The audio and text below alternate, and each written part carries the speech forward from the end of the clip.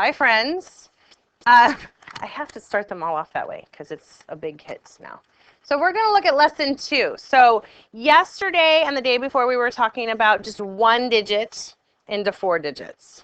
Now our divisor is going to have 2 digits. And I know for some of you, fear is setting in. Do not let fear set in. We are going to do some experimenting with 2 digits. So if you're with me in your SAB book, we're on page 167. There are 3 different ways to tackle a division problem, okay?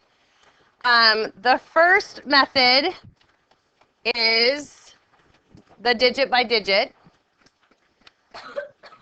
Oh, she didn't do all of them. Hold on. Okay, so now that I have all 3 methods here, we can see the similarities and we can see the differences. Now, guys, we're going to have to use a lot of rounding skills here. And because you can do a lot of mental math so that you don't have to do a lot of 2-digit by 1-digit multiplication on the side of your paper.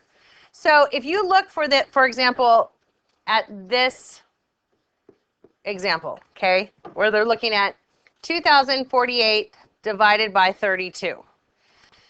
Unless you are a calculator in your mind, which some of you are, and I commend you for that, it might be easier to think by 30s because we can multiply by 30 pretty fast. 30 times 4 is 120, okay? So you can quickly think of something that's close and test it out. So for example, 30 doesn't go into 2, it doesn't go into 20, but it might go into 204. So real quick, in your head, think of a number that you can multiply by 30 that's going to get you close, not over, 200. Go. I'm hearing 6, which is 180.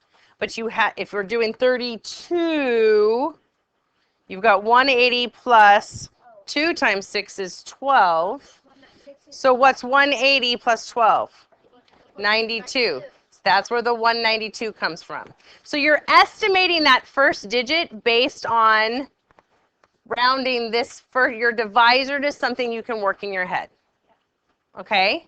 So 192 doesn't go over. So if you're doing digit by digit, you're saying 192, you subtract, you bring down the 8, now you have 128.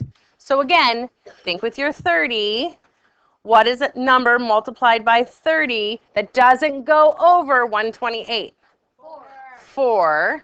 So 4 times 2 is 8. 8 plus 120 is 128. Did you see how I did that all in my head? And you don't have scrolling notes down the side, 32 times, blah, blah, blah. You can do that all in your head if you think to round nice 10 numbers, okay? So you've got your answer here. Now, how does this digit by digit compare with expanded notation and place value sections? Look at the numbers that are being built in expanded notation. 30 into 2,048 is really 60, right? This number 6 right here represents what 10? 60. So you're just building your numbers going up. I know, crazy, right? Well, the first time I saw this, I was like, mind blown. That makes sense to me. Because 60 times 32 is really what? 1,920. Okay? So now if you notice, hey, look, this is similar, and this is similar. You're doing the same thing. It's what you need to decide as a mathematician, what works for you best. First of all, whisper to your neighbor, which one do you think is the most efficient? I'm hearing digit by digit. Very good. Yes, This is the most efficient use of time and space. But if your brain is not capturing that, your brain might gravitate to another place.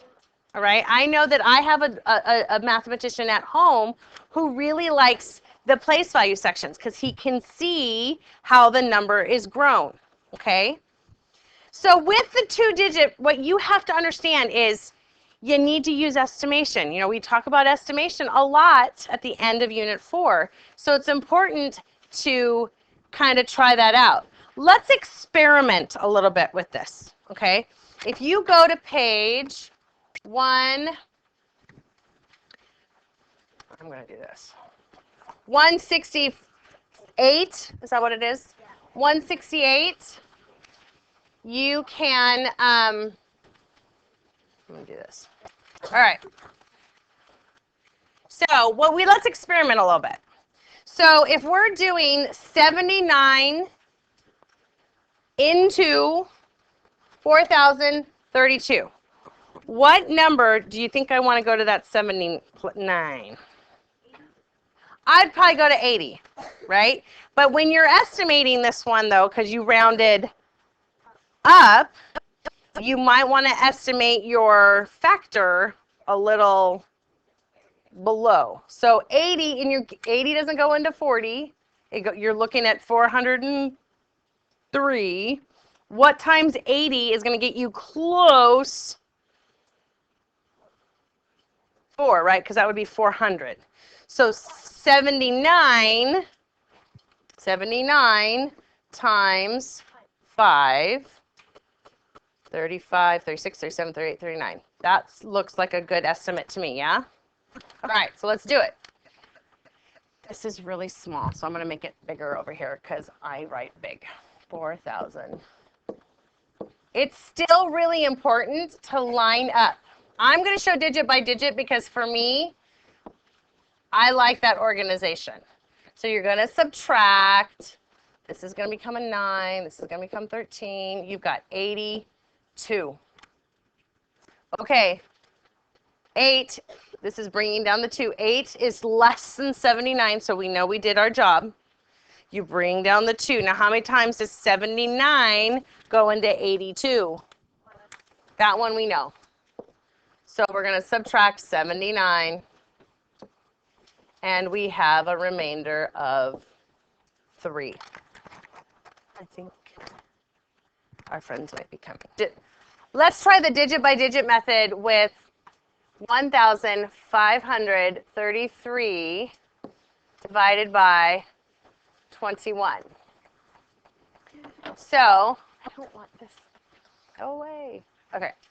So, I'm personally thinking I'm going to look at 21 as 20 because that's a number I can work with in my head. All right? And I'm only using that 20 in my head to get that first digit in my answer because then once I find that number, I'm multiplying it by the actual 21. Does that make sense? I use that estimation tool to get a ballpark number so that I can get the real number, okay? So I'm looking at 20 into about 150. 20, let's see, 8 would be 160. That's too much. 7 would be 140. So 147, because 21 times 7 would be 147. Thumbs up if you agree. So I'm going to do 7 and 147, subtract 4, 13, 6. This right here is smaller than the 21, so I know I did my job. I'm going to bring down the 3. 20 times 3 is 60. 63 times 1 is 3. 3 plus 60 is 63. But did you hear my thinking? That's what I wanted you to hear. I round this, what do we call this number here? I round that divisor to a 10 or a number that I can do in my head so that I can get a number or a digit that I'm going to close to what I'm trying to divide into. We're going to do another one. So if you're like, how did she do that? Let's try this again. 18. I don't like that number. I'm going to go up to 20. But I have to be cautious when you're rounding up because you might overestimate. You don't want to do that. So I'm going to round up to 20. Into 100 is 5. Is that too much? What do you think? 20 times 5 is what? 100. So let's see. 18 times 5 would be 90. That's pretty good. Yeah? Subtract. This is going to become a 9. 7. Perfect. Bring down the 1. All right, so 3. 20 times 3 would be 60. 20 times 4 would be 80. That's too much. So let's times 18 times 3. 18 times 3. Does that sound right? Check my math. No. Sorry. Bad math, Mrs. Crane. 54. We're going to have a problem, huh? Wait, can you do that one more time? Can 18 go into 17? Technically, this is smaller. So it works. You don't have enough to make another group. So the bottom line here is you just need to be cautious when you are rounding to get those digits. You need to make a few adjustments if you overestimate. But you use the estimation to get a ballpark number for your answers. Okay?